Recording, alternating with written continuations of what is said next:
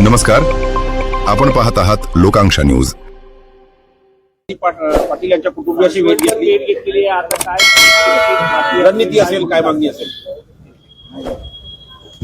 स्वर्गीय शिवराय भयावरती त्याला मानसिक त्रास देऊन खूप टॉर्चर त्या शाळेच्या वतीनं केलं गेलं, त्या शिक्षकाच्या वतीनं केलं गेलंय. त्यावेळेस मी आता प्रदीप भाईंशी बोललो, पाटलांशी बोललो, त्यावेळेस माझ्या अनेक गोष्टी लक्षात आल्या. खूप मानसिक त्रास दिला गेला, आत्महत्यास प्रवृत्त केलं गेलं शाळेकडून, शाळेतल्या शिक्षकांकडून. कारण शाळा सुद्धा तेवढीच जबाबदार आहे, शाळेनं लक्ष ठेवायला पाहिजे होतं. मी आता कुटुंबाकडून रिपोर्ट पण घेतला. आज ही देशासाठी नवीन ब्रेकिंग आहे, खूप ब्रेकिंग बातमी आहे की सरकारनं जी समिती नेमली होती त्या समितीनं अहवाल दिलाय की त्याच्यामध्ये ते शाळा, ते 4-5 शिक्षक हेच जबाबदार आहेत म्हणून ते कुटुंबाकडून आपण अहवाल घेऊन सुद्धा प्रसिद्ध केलाय. आणि तुम्ही सुद्धा, माझी विनंती आहे सगळ्या मीडियाच्या बांधवांना की तुम्ही हा समितीनं, राज्य सरकारनं दिल्लीच्या नेमलेली ही समिती आणि हिने दिलेला हा अहवाल, यानुसार तरी गृहमंत्री अमित शहा साहेबांनी आता तरी शौर्य पाटलावरती मरणोत्तर तरी अन्याय होऊ देऊ नये, ही आमची त्यांच्याकडून आज तरी अपेक्षा आहे. सगळ्या आरोपींना अटक करून त्यांना फाशीची शिक्षापर्यंत जाणं गरजेचं आहे आणि त्या शाळेवरती सुद्धा कारवाई होणं गरजेचं आहे. पुरावे नष्ट करण्याची खूप शक्यता आहे, आरोपी जर अटक केले नाही तर खूप दाट शक्यता आहे. जर असं झालं नाही आणि तुम्ही ह्या 8 दिवसाच्या आत, तसं जर उद्याच अटक करायला पाहिजे, पण 8 दिवसाच्या आत जर आरोपीला अटक केलं नाही तर नाविलाजानं आम्हाला 8 दिवसानंतर सगळ्यांना एकत्र येऊन पुढील आंदोलनाची तारीख डिक्लेअर करावी लागणार. त्याला आमचा नाविलाज. आणि एक गोष्ट, ते त्यांचे मिशनरीचे कोण अध्यक्ष असतात किंवा कोण फादर असतात, त्यांनी सुद्धा सांगणं खूप गरजेचं आहे. हे आरोपींना अटक करा. त्यांनी उलट साक्षीदार या प्रकरणात व्हायला पाहिजे की शौर्य पाटलाला मानसिक त्रास देऊन, ह्या 4-5 आरोपींनी त्रास देऊन हेच त्यांच्या हत्येला जबाबदारी. ते हत्याच आहे, आमचे आत्महत्या आम्ही त्याला म्हणणारच नाहीये, ती हत्याच आहे. आणि असं झालं नाही तर एक गोष्ट त्यांनी लक्षात ठेवावी की राज्यात आणि राज्याच्या बाहेर, दिल्लीच्या बाहेर सुद्धा महाराष्ट्रापर्यंत आसपासच्या राज्यात यांच्या उपशाखा आहेत. आम्हाला पुन्हा नाक दाबायची वेळ येऊ देऊ नका. आणि गृहमंत्री साहेबांना माझ्याकडून खरंच विनंतीपूर्वक सांगणं आहे की मी आज तुम्हाला साहेब म्हणूनच बोलणार,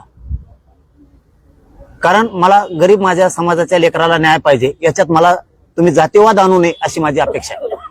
ते मराठ्यांचं लेकरू आहे म्हणून जर केंद्रीय गृहमंत्री अमित शहा साहेब जर न्याय देणार नसतील, तुम्ही याच्यात बी जर जातीवाद करणार असाल तर पुढचं आंदोलन आणि पुढची भाषा ही तुम्हाला मग परवडणारी नसणार आहे. हे सांगतो मी.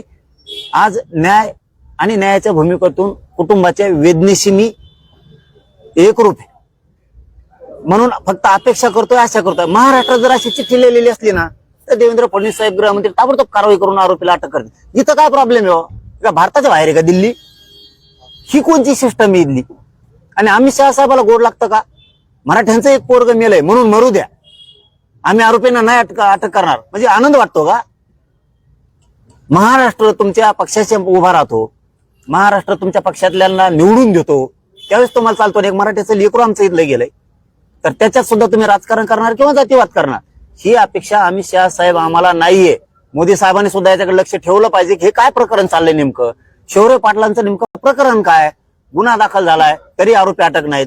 त्याच्यानंतर तुम्ही समिती बसवली, समितीचा सुद्धा अहवाल आलाय. आता झोपलेले आहेत का केंद्रीय इथले गृहमंत्री, इथले पंतप्रधान मोदी साहेब, इथले ते मुख्यमंत्री? यांना कळत नाहीये का त्या अहवाल आहे का मराठ्याचं आहे म्हणून मरू द्यायचं? असं काही एक उद्देश तुमचा तसा असेल तर सांगा. आम्ही तुमची मुंबई तुंबू शकतो, आम्ही मुंबई बंद करू शकतो, पुरा महाराष्ट्र इथं येऊ शकतो. तुम्ही असं समजू नका की ते एक घर आहे म्हणून मराठ्यांचं पोरग मेलं म्हणजे ते बलिदान असंच व्हायला देईल, तर आम्ही व्हायला जाऊ देणार नाही. अमित शहा साहेब हे समजून घ्या. अधिवेशन तुम्ही अमित शहाना भेटणार आहेत का?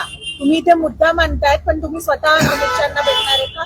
खासदार साहेब वगैरे सगळे आहेत. रिपोर्ट असताना भेटायची गरज लागते का अमित शहाना? ठीक आहे, एखाद्या विषयात खूप किचकटपणाचा विषय आहे. भेटून समजून सांगणं ते काय चौथी नापास बी नाहीत, म्हणून त्यांना लय समजून सांगायला लागल. सुसाईड नोटीस सरळ सरळ त्याच्यावरती आरोपी अटक करायचे, त्याच्यानंतर अहवाल आहे. आता पुन्हा यासाठी कशासाठी नेमली? कधी आत्ता म्हणलेत, कधी आता निलेश लंकेंनी भेट घेतली तर निलेश लंकेंना आश्वासन दिलं आहे की एसआयटी स्थापन करण्यात अमित शहानी. अरे पण यासाठीची गरज काय याच्यात? नाव लिहिलेत शिक्षक. अहो इथं रिपोर्ट आलाय अमित शहा साहेब. तुम्हाला जिरवायचा का शिवराय पाटलाचा खून? तुमची अमित शहा साहेब ही इच्छा आहे का की नुसत्या समित्यावर समित्या द्यायच्या आणि मराठ्यांच्या एक इथं संख्या कमी आहे म्हणून ही खून जिरवायचा अशी अपेक्षा आहे का तुमची? तुम्हाला वाटतं तसं नाहीये. महाराष्ट्रात, हरियाणात, राजस्थानमध्ये, कर्नाटकमध्ये, तामिळनाडूत, मध्य प्रदेशमध्ये मराठा तुम्हाला लागतो आणि ज्यावेळेस आमच्यावर अन्याय होतो, आमचं लेकरू आमच्यातून जातंय त्यावेळेस थोडेही तुम्हाला वेदना नाहीत. असा देशाचा गृहमंत्री आहे का? आता हे रिपोर्टच म्हणतात नाही याला, याच्यापेक्षा कशासाठी पाहिजे? आमचं एकच म्हणणं आहे, तुम्ही त्या आरोपीला अमित शहा साहेब अटक करा 8 दिवसाच्या आत, नसता आमचे डोके गरम करू नका.